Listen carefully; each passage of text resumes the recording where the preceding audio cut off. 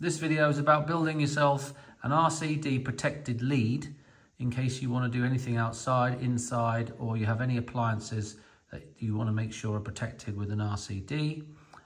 If your actual house network hasn't got an RCD unit on, which some of the older ones don't. What does an RCD do? It basically, without going into all the technical detail, protects you with an earth fault to ground. Now, a normal trip switch will trip only when the current going through that trip switch exceeds the trip switch. So if the trip switch was set for 16 amps, if 15 amps are going through you as you touch a washing machine that's not protected with an RCD, if it's only 15 amps going through your hands and down to the ground, then it won't trip.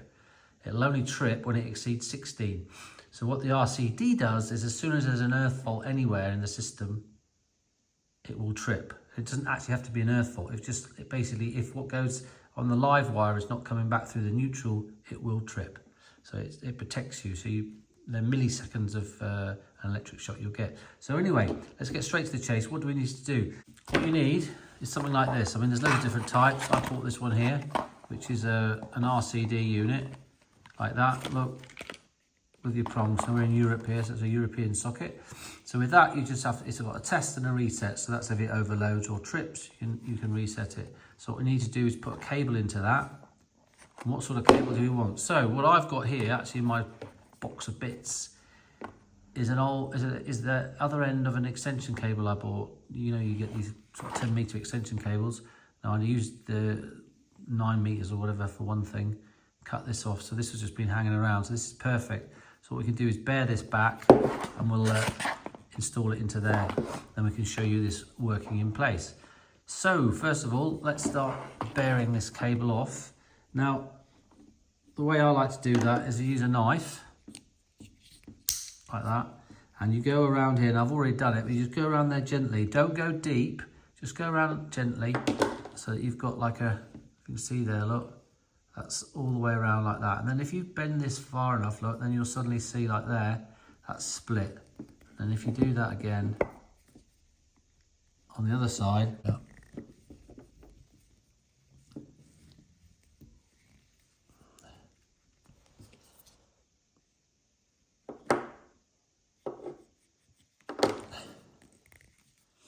Okay, look, that's split now. Oh, you just pull that off. So there we've got your cables there. Now we might need to go back a bit further. We don't know yet. So let's open this packet here and see what we do. So we'll just cut in here with a knife. These, of course, are getting harder and harder to open by hand. It's almost like they don't want you to open the packet. Right. Okay. So here's our RCD there, so that will plug in. So this is great. Now the reason that I'm actually making this is because I got an electric shock from our coffee machine. It didn't go to ground. It went to when I had one hand on the coffee machine and one hand on the milk frother.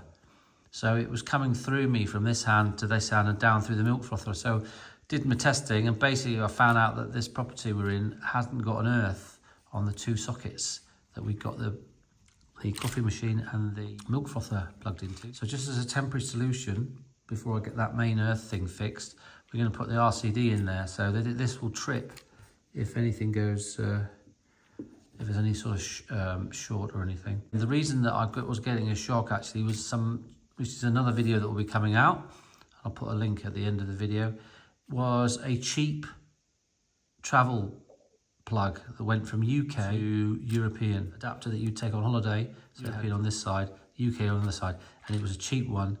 And there was obviously, it was arcing across or something inside it. So I was getting onto the earth.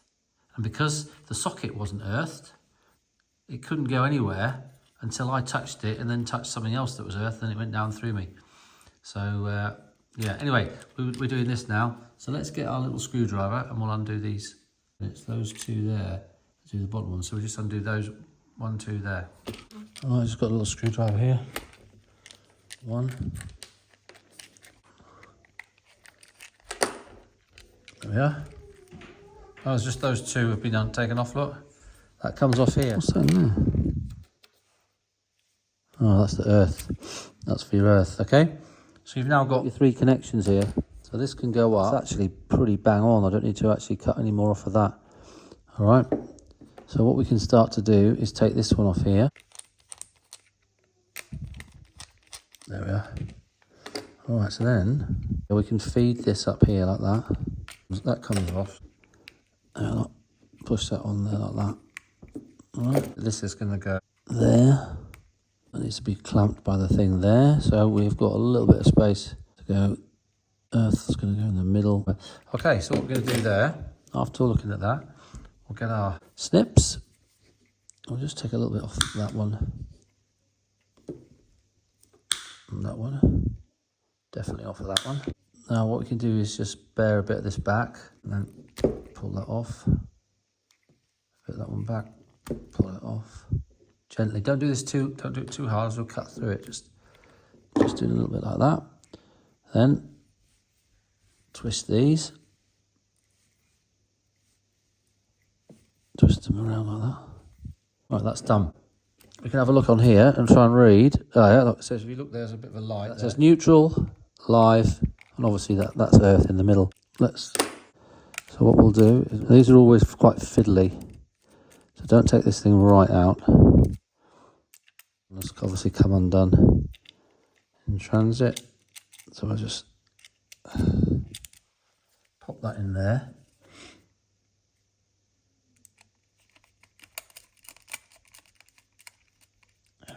Right. Put this back in here. Now the earth is going to be the fiddly one. You can't do that afterwards, so just do the earth. So put the earth in there. Now we'll just loosely nip that up. That's going to go in there.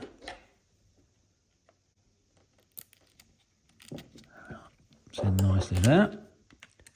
So that's in there. So that now means I can push that up a little bit further. I'll just